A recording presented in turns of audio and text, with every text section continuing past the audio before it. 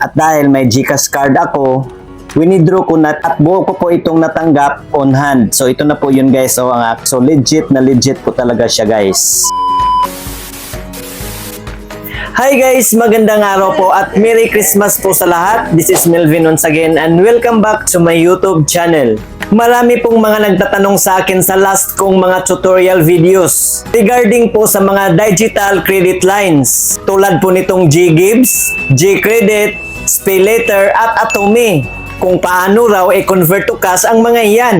Ang nahanapan ko kasi ng paraan dati guys ay itong GCredit, SpayLater at Atome lang po. Ang GCredit sa ngayon guys ay hindi na po siya applicable. So ang nahanapan ko naman ng paraan ngayon guys ay ang pag-convert to cash sa GGives. At yan ang ituturo ko sa inyo ngayon for today's video. Kaya sundan nyo lang po at tapusin ang video ito dahil step by step ko pong ituturo sa inyo. So let's go! Ito panoorin nyo.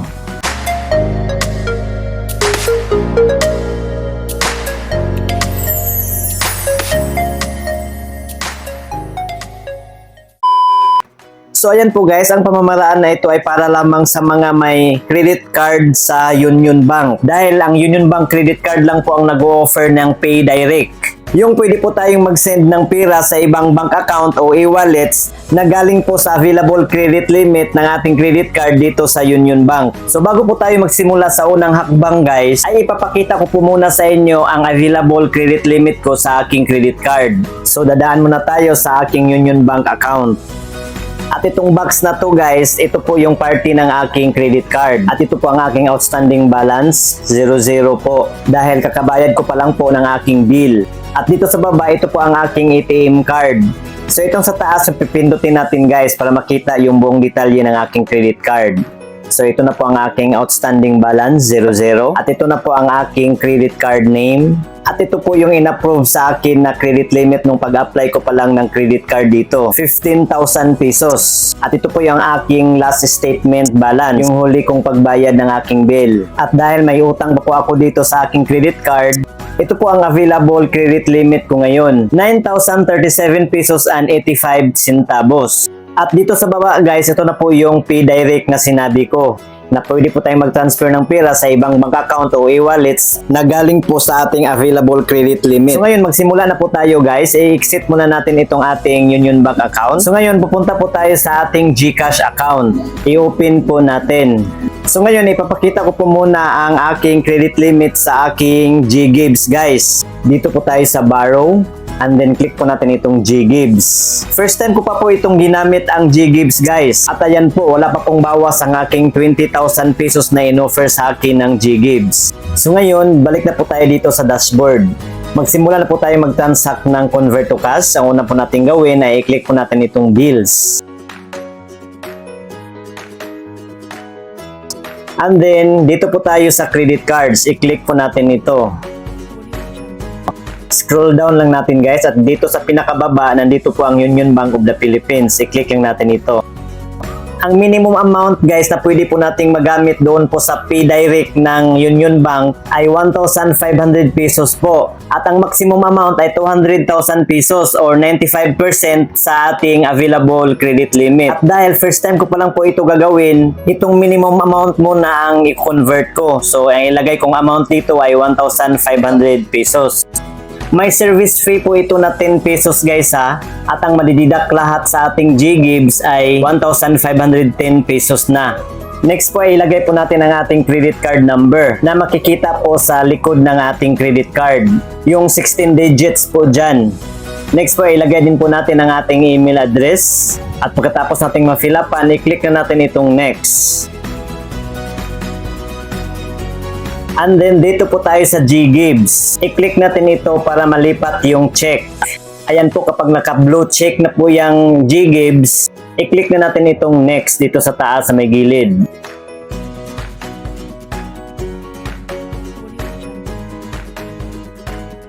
At ayan po, your borrowing. So ito na po ang ating bill amount, 1,500 pesos. And then ang service fee na 10 pesos. So ito na po ang ating total loan amount. 1,510 pesos. At may dalawang installment plan po tayong pagpipilian guys. Itong 2 months at 30 days. Kapag itong 2 months ang pipiliin natin, i-click lang natin itong view details para malaman po natin. So sa 2 months po nating pagbabayad guys, ang naging tubo lang po sa ating 1,510 na inutang ay 1,337.11 pesos lang po. So wala na daw po yung processing fee. So okay lang, maliit lang ang tubo at ang mababayaran daw natin lahat ay 1,647.11 pesos. At ang monthly hulugan daw natin yan guys ay 823 pesos and 55 centavos. At dahil December 7, 2025 po ako nag-transact nito, ang first due date ko ay sa January 8, 2026.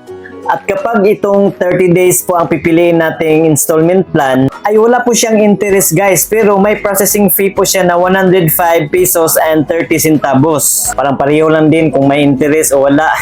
So ang mababayaran lang nating lahat sa 1,510 na utangin natin ay 1,615 pesos and 70 centavos lang po. At ang due date po niyan ay January 7, 2026. At itong 30 days guys ay pwede rin natin itong araw-arawin sa pagbayad. 53 pesos and 86 centavos ang per day. So ang pinili ko po dito guys ay itong 30 days. So pindutin lang natin ito. At itong loan name, optional lang po yan, pwede natin hindi nalagyan. And then pindutin po natin itong may maliit na box para malagyan ng check to prove na nag-agree po tayo sa kanilang terms and conditions. At pagkatapos niyan, i-click natin itong Pay with GGives.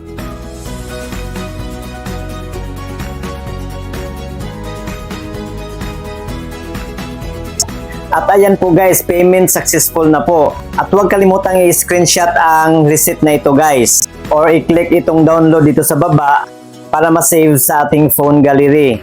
Para if in case magka-aberya po ang kanilang system, ay may proof po tayo na nagbayad po tayo. At hindi agad ito mag-reflect sa ating credit card guys ha. Up to 3 business days pa po ang posting period nito. Sa akin guys ay 2 days lang po ang hinintay ko. At lilinawin ko lang guys, ang araw ng Sabado at Linggo at mga holidays ay hindi po kabilang sa 3 business days guys ha. Halimbawa, Sabado po tayo nag-transact. So pagka Lunes po tayo mag-umpisang magbilang.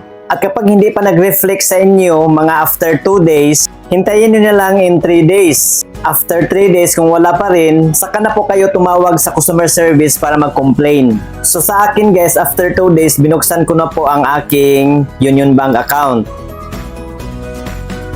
At kapag mag-reflect na po yan dito sa ating credit card, ang amount na galing sa ating GGives, ay ibabawas po yan sa ating outstanding balance sa ating credit card. At idadagdag po ito sa ating available credit limit. Tingnan nyo guys, ang available credit limit ko ay nagiging 10,537 pesos na po. 9,037 pa po yan nung nakaraang araw. At ang aking outstanding balance naman, dahil 0-0 po yan nung nakaraang araw, binawas po dyan ang 1,500 pesos na galing po sa GGives, kaya naging negative 1,500 pesos po ang nakalagay dyan. So kukunin na natin itong 1,500 pesos guys na galing sa GGives. I-convert na natin ito into cash. Scroll down lang natin and then click na natin itong Pay Direct. Simplify the way you pay with Pay Direct. Then click na natin itong Try Pay Direct Now. At dahil sa GCash ko ito i-send, itong other banks or e-wallets ang pipindutin natin. At ito na po yung sinabi ko kanina guys na transaction amount limit. Pwede lang po tayong makapag-send the minimum amount of 1,500 pesos and a maximum amount of 200,000 pesos or 95% sa ating credit limit. At may processing time na naman ito guys. Maghintay na naman tayo ng up to 3 business days bago papasok sa GCash account na ating sisindan ng pera. At ganun pa din, hindi pa rin counted ang weekends and holidays. So ngayon, i-click na natin itong Got It. And then, i-click na natin itong box para makapili na po tayo ng bank account or e-wallet account.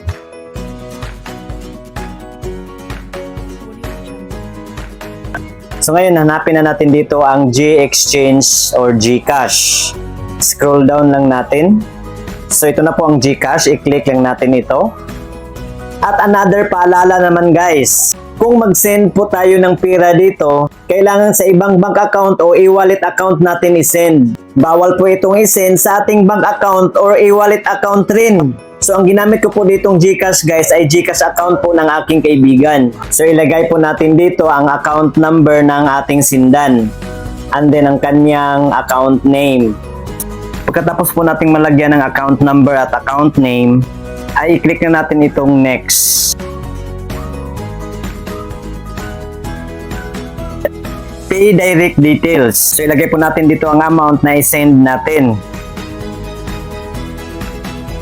So ilagay po natin yung 1,500 pesos na galing po sa GGives. 10 beses lang po tayong ina-allowed na mag-send ng pera sa other bank account or e-wallet guys ha, sa isang buwan. Next po ay itong start date. So mamili po tayo ng pitsa guys kung kailan po magsimula ang ating schedule. And then click po natin itong select date. So itong December 15 na lang ang pipiliin ko. And then click po natin itong okay.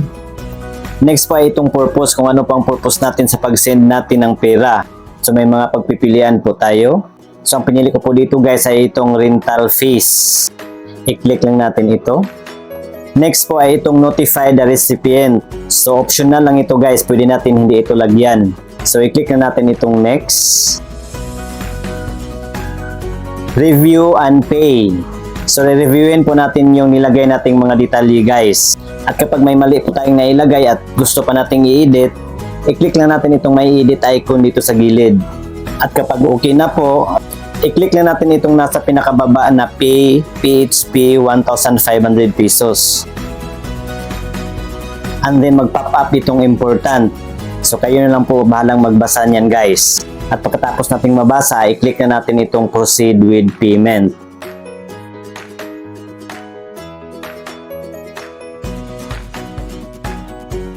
And then dito po natin ilagay yung OTP na sinend ng Union Bank sa ating registered mobile number. And then automatic na po yung magni-next.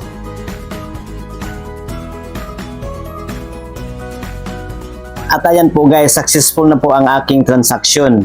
Ito na po ang transaction details. So ngayon balik muna tayo sa aking dashboard. I-click lang natin itong go to dashboard. So ayan po, hindi pa po nabawas yung 1,500 pesos. So maghintay para po tayo up to 3 business days bago mag-charge yung transfer nating pera. Itong sa akin guys ay 2 days lang po ang hinintay ko. December 10 po ako nag-transact. Pagka December 12, pumasok na po yung 1,500 sa GCash ng kaibigan ko. So buo pong 1,500 pesos po ang pumasok guys. So nung pumasok na po yung 1,500 sa GCash ng kaibigan ko, binuksan po kaagad ang aking Union Bank account para i-check kung nabawas na po ba yung 1,500 na sinend ko.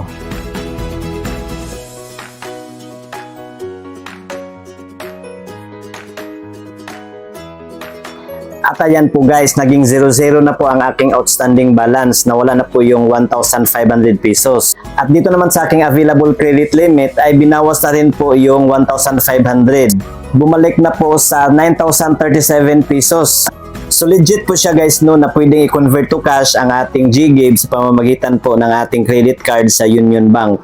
At yun, pinalipat ko na po yung 1,500 sa aking GCash account. At dahil may GCash card ako, winidraw ko na po yung 1,500 pesos. At buo ko po itong natanggap on hand. So ito na po yun guys, ang aking 1,500 pesos. So legit na legit po talaga siya guys. Sa mga wala pong mga credit card dyan sa Union Bank guys, subukan nyo lang itong isa pang paraan. Sa inyong Facebook account, sa Marketplace, isearch po natin ang GGives Convert to Cash. Marami pong mga FB page po dyan na nag-offer ng GGives Convert to Cash. Meron din pong J-Credit, SpayLater, Atome, credit cards at marami pa pong iba na pwede po nilang i-convert to cash. At sisiguraduhin nyo lang po na legit po ang pinasukan yung page. Magbasa muna kayo ng mga reviews o mga comments kung talagang legit po ba ang page na yan. Bago po kayo sumugal. Mahirap na sa panahon ngayon, marami na pong mga scammers. So that's all for today guys. Sana may natutunan po kayo. Paki-like, share, and subscribe my YouTube channel para sa iba ko pa pong mga tutorial video at paki-hit ang notification bell para maging updated kayo. At para sa iba pa pong mga katanungan, pakisulat na po inyong mga tanong dyan po sa comment section sa baba. So yun lamang po guys, maraming salamat sa panonood. See you again sa next kong mga tutorial videos. God bless us all. Bye!